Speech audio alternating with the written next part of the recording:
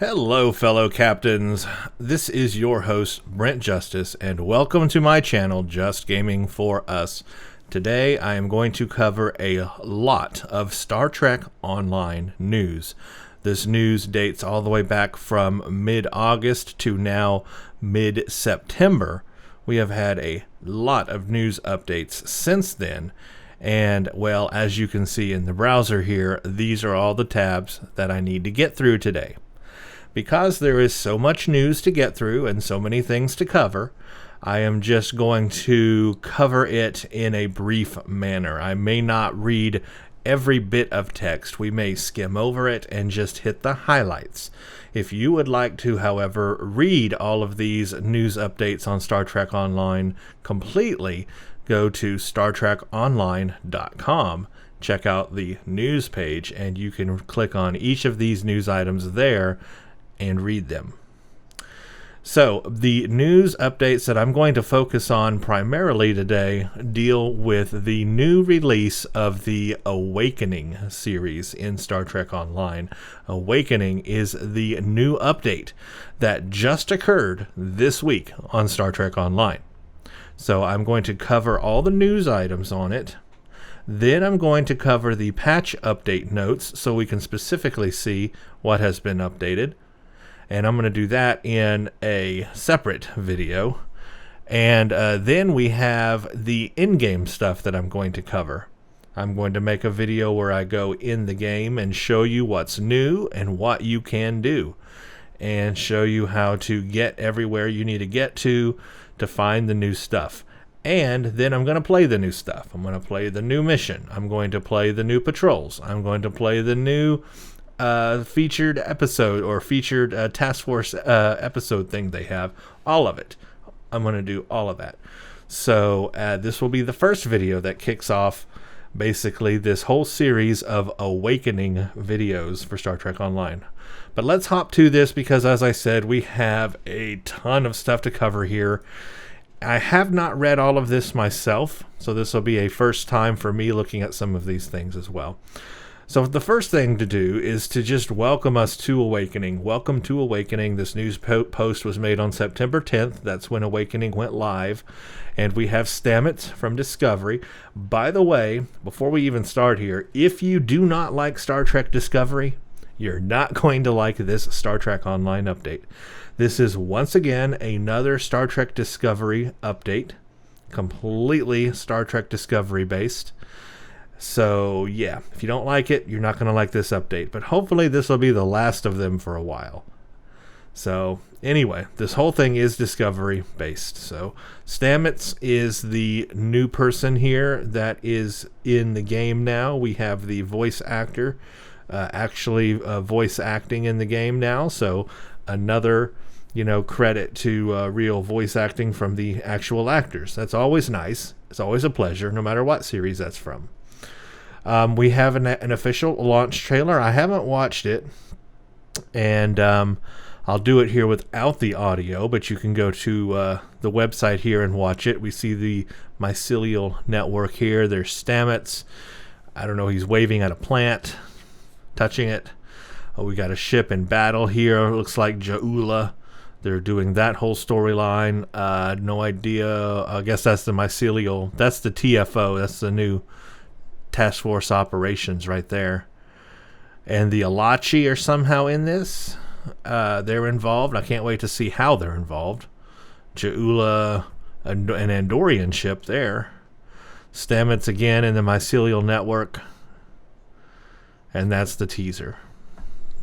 So that's Star Trek Online Awakening. 100% Discovery Mycelial network based. Let's just read this one completely since this is the introduction. Captains, welcome to Awakening. This update is particularly special for me since my tenure on Star Trek Online began. We've been working on bringing you Age of Discovery expansion to make sure we had a complete and polished experience for captains in the 2256 Discovery era of Star Trek. Now we are returning to 2410, bringing you your captains back to the story Stowe has been telling for almost 10 years. It's exciting to advance and blend the narrative established in Age of Discovery into our timeline. And what a playground it's going to be. Awakening brings with it brand new stories starring Anthony Rapp as Commander Paul Stamets, brought to life as a hologram and thrust into the future of 2410. With Stamets at your side, you'll journey into the Mycelial network, stopping the threat posed by Jaula and House Mokai raiders. But that's not all. This update also brings with it 5 new patrols, each their own individual short stories starring Stamets and Stumstow's biggest players, like Madron and Captain Kumarake. In fact, the threat to the Mycelial network is bad enough that it's stretching across the galaxy in a mycelial crisis. For the first time, we're turning all of the new content into a major update, into an event for you to play. Every time you play a patrol, the new episode, or the Mycelial Realm TFO, you'll earn progress across all of your accounts towards unlocking the powerful new Elachi Qualsh frigate, complete with your choice of premium Elachi weapons and upgrades. Can't play the whole event? We will have a buyout option, and it's prorated for the first time. The more you play, the cheaper the price gets. We can't wait for you to drive into the Mycelium and dig into this new story, and the start of the next era of Star Trek Online. Enjoy yourselves, and don't eat the mushrooms. We'll see you in game. No need for us to eat the mushrooms. You guys have already done that with Discovery. Okay, yeah. Anyway, we know they have to do this Discovery stuff because they want to be lockstep with a live TV series. And right now that is, or at least it has been, Discovery. I'm hoping they integrate some Picard stuff. That would be great, wouldn't it? But I do hope this is the last of the Discovery updates we get. I think it's time now to get out of that and get back to the basics, back to what Star Trek Online has been this time. And I do want to say I still don't feel the Star Trek Discovery faction is complete anyway in this game. There's just they still haven't given us enough missions in the Discovery era faction to make it a full faction. So I guess we're just never going to get that. That's just not the route they're going. All right, let's skip to the next thing here, and that is the patrols. Patrols are back in Star Trek Online. Now, this is really odd to me, because at the beginning of Star Trek Online, patrols were a big issue. They were part of the game. In fact, they were part of the missions. Well, they weren't part of the missions, but they were missions themselves. You found them under the mission journal, and it would be a mission where you go do 3 patrols. It would actually say, go do these 3 patrols. Go to this star system, then this star system. And you would do all 3 as one mission, and then you would turn that in. You would get skill points for each individual patrol, plus an overall skill points for completing the, quote, mission of doing all 3 together. And that's how it used to be. And then they took that out of the mission journal. Now, the patrols were still there in the systems. You can fly to them manually and do them, but you can't do them you can't bring them up in the mission journal like missions could be. So basically, if you didn't know they exist now, you would never know they exist. And that was the whole point of having them in the mission journal, because you saw that they existed and that you could go play them. But the way they've had it for many years now is they've taken that out. So what happens is you just simply don't know what patrols there are unless you just haphazardly come upon one. And if you're new to the game, you won't even know what a patrol is, and you won't know that you can go to these specific systems and do these specific patrols, because there's been no interface or UI to tell you where the patrols are and what patrols you can do. And that's what's been missing in the game for this entire time. Now, that's not what we're getting here. I've already looked into the game to see how this works.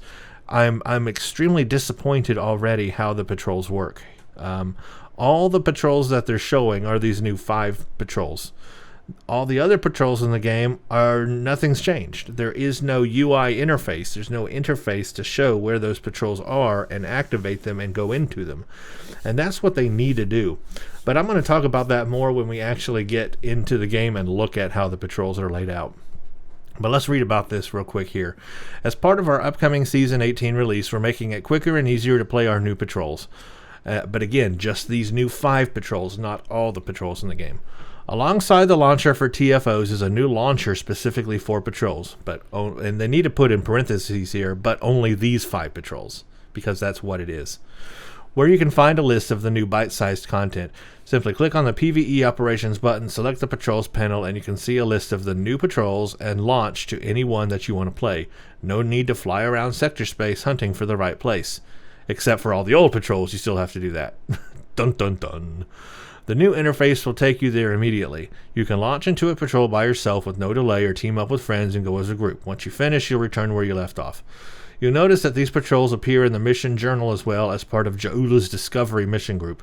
This means that you'll be guided through the patrols, and the first time you play each one as part of the mission progression, you'll gain a small amount of extra skill points at some at the end of the patrol. Now that sounds a little confusing, but that is how the patrols used to be laid out, is they were actually in the mission journal, but they weren't in there like that. It was basically a conglomeration of 3 patrols, not each individual patrol being a story mission.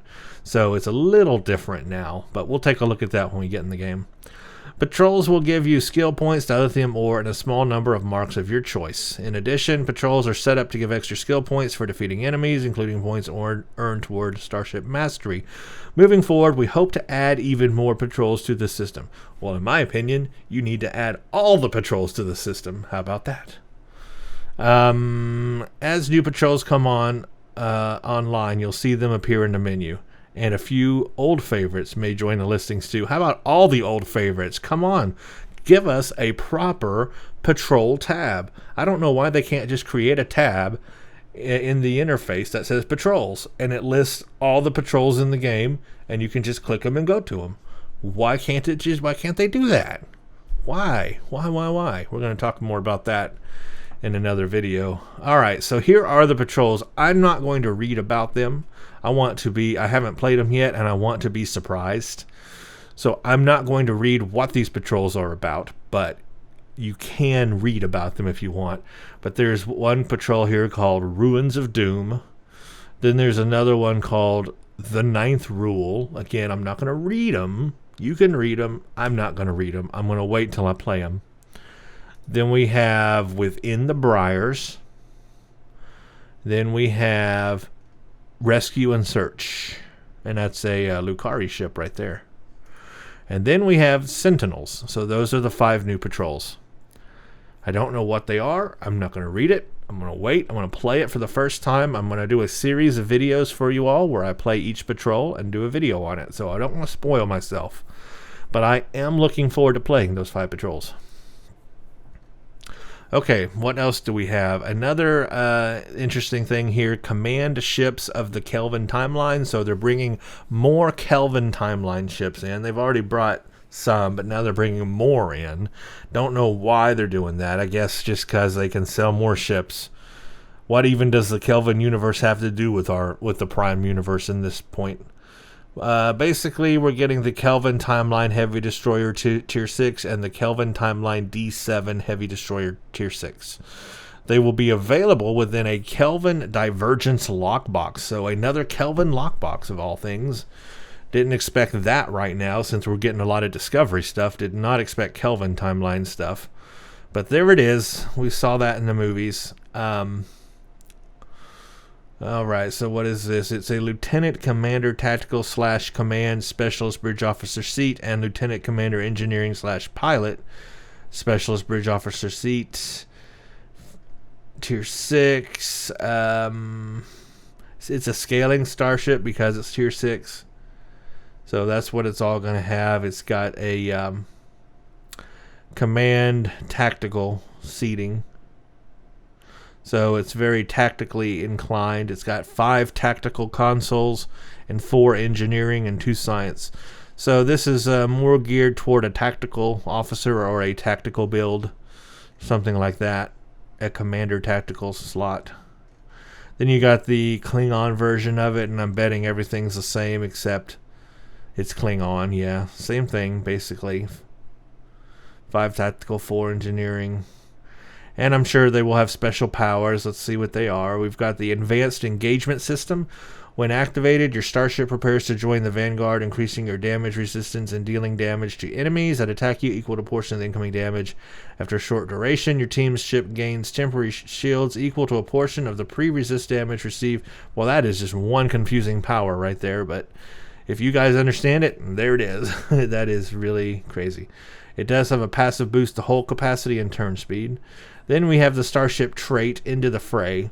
While this trait is slotted, taking damage to a shield facing enables its stack of Into the Fray. Stacks of Into the Fray improve critical chance, And when you have all 4 stacks of Into the Fray, you receive a large bonus to critical severity for a short duration. Well, that one I understand. The other one was a little confusing. And you've got an experimental weapon called Point Defense Matrix. The Point Defense Matrix coordinates a very large volume of fire to protect the ship against threats from all directions. The primary target is engaged as normal, using the Point Defense batteries across the side of the ship the enemy is on.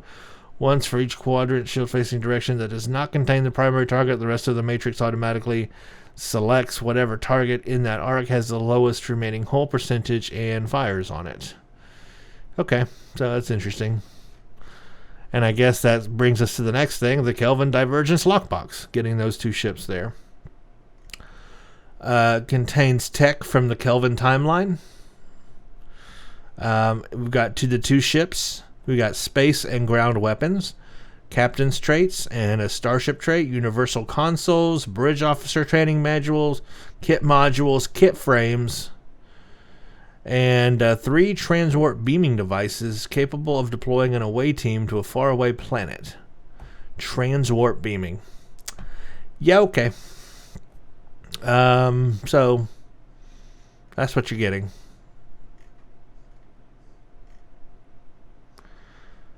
Got some other things too.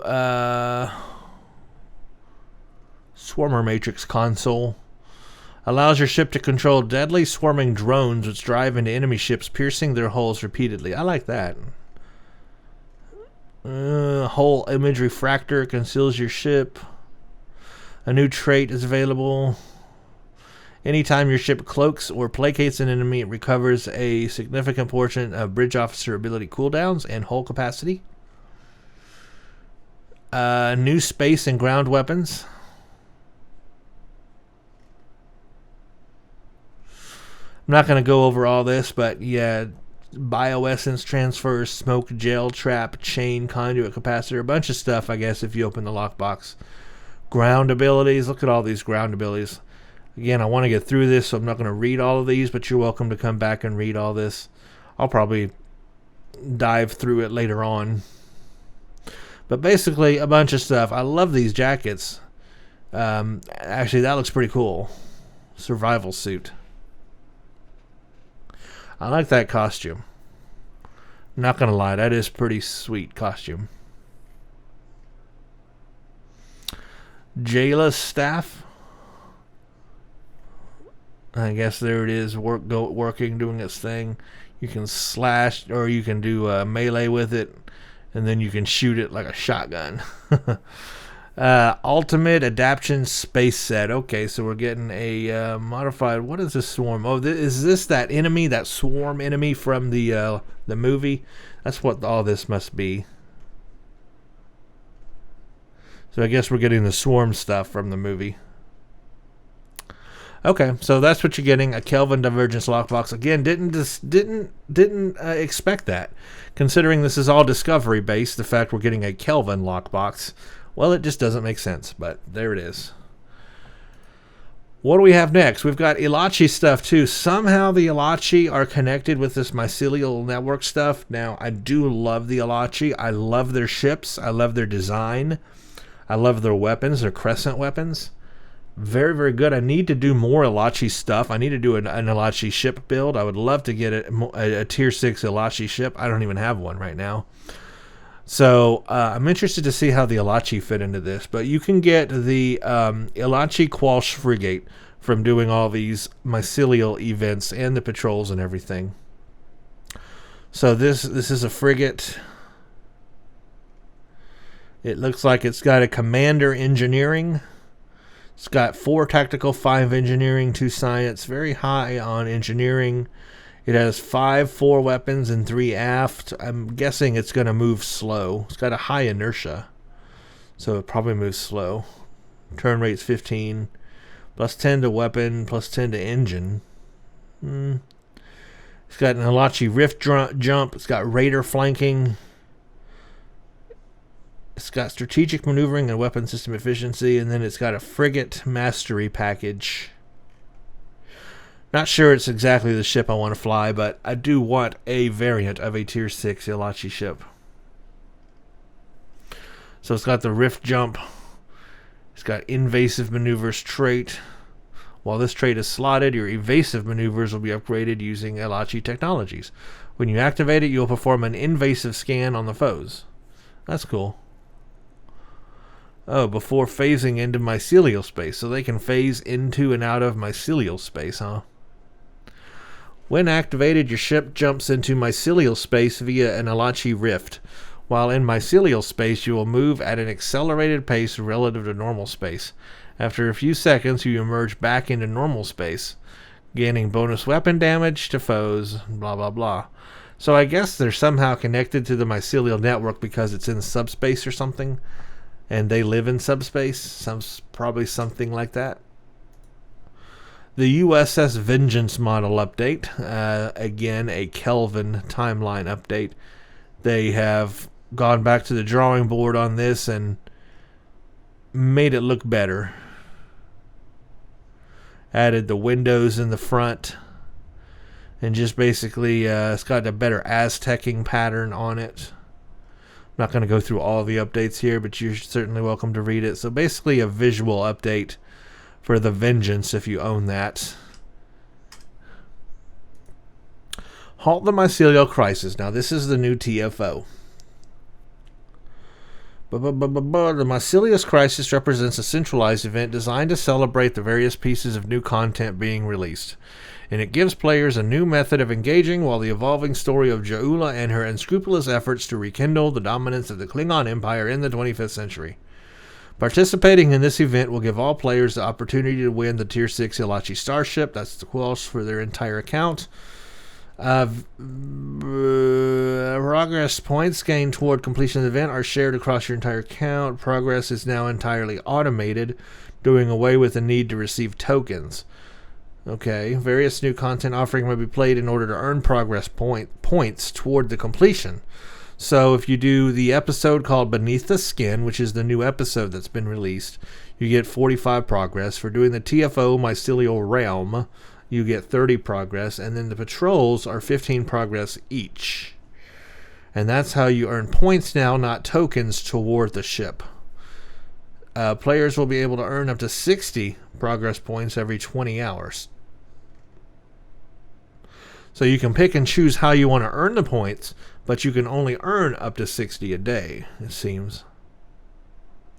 When you get a total of 1,200, you can claim the grand prize of the event, which is the Quelch frigate. 8 times Elachi Disruptor weapon pack once per account. Open this package to receive your choice of any type of Elachi Disruptor weapon. 3 ultimate tech upgrades. Bonus rewards. After claiming the grand prize, you will unlock the option of earning additional dilithium ore, blah, blah, blah. Pretty typical there. You can You can get awarded more things by playing further. And there's a Zen buyout option if you just want to not spend your time on it. 6,000 Zen, it looks like. But it will be reduced down to, okay, if you've already earned 600 progress points, half of the 1,200 required, it'll reduce you only down to 3,000 Zen. So if you do earn progress toward it, it does reduce the Zen price. That's nice. Thank you. That's nice. Once the Mycelial Crisis event has ended, your opportunity to earn progress points will have passed. However, the new event system will store the progress that you made along after the second event expired. So that way you can use them for next time. Okay. So the whole event is basically these 3 things. And it's right here in this table. The whole event is the Beneath the Skin episode, the Mycelial Realm TFO, and the 5 patrols. And those earn you the points toward the ship. That's pretty simple, really. So really, we just need to play the new mission, and we need to play the TFO, and we need to play the 5 patrols. So this, I think, here is the TFO. The Mycelial Network, a mysterious dimension discovered by the crew. In Mycelial Realm, our newest task force operation, step through a rift and into the Mycelial Network and shut down the Klingon probes that are gathering spores for Jaula's weapon. But the probes cannot be destroyed by conventional means, at least not without harming the network itself, and you'll have to use whatever and whoever you find in there to help you disable them. So maybe the Elachi or something. It's because there's an Elachi in there. Okay, so that's the Mycelial realm. Can't wait to play that. Command a Romulan ship on any captain. Now this is new.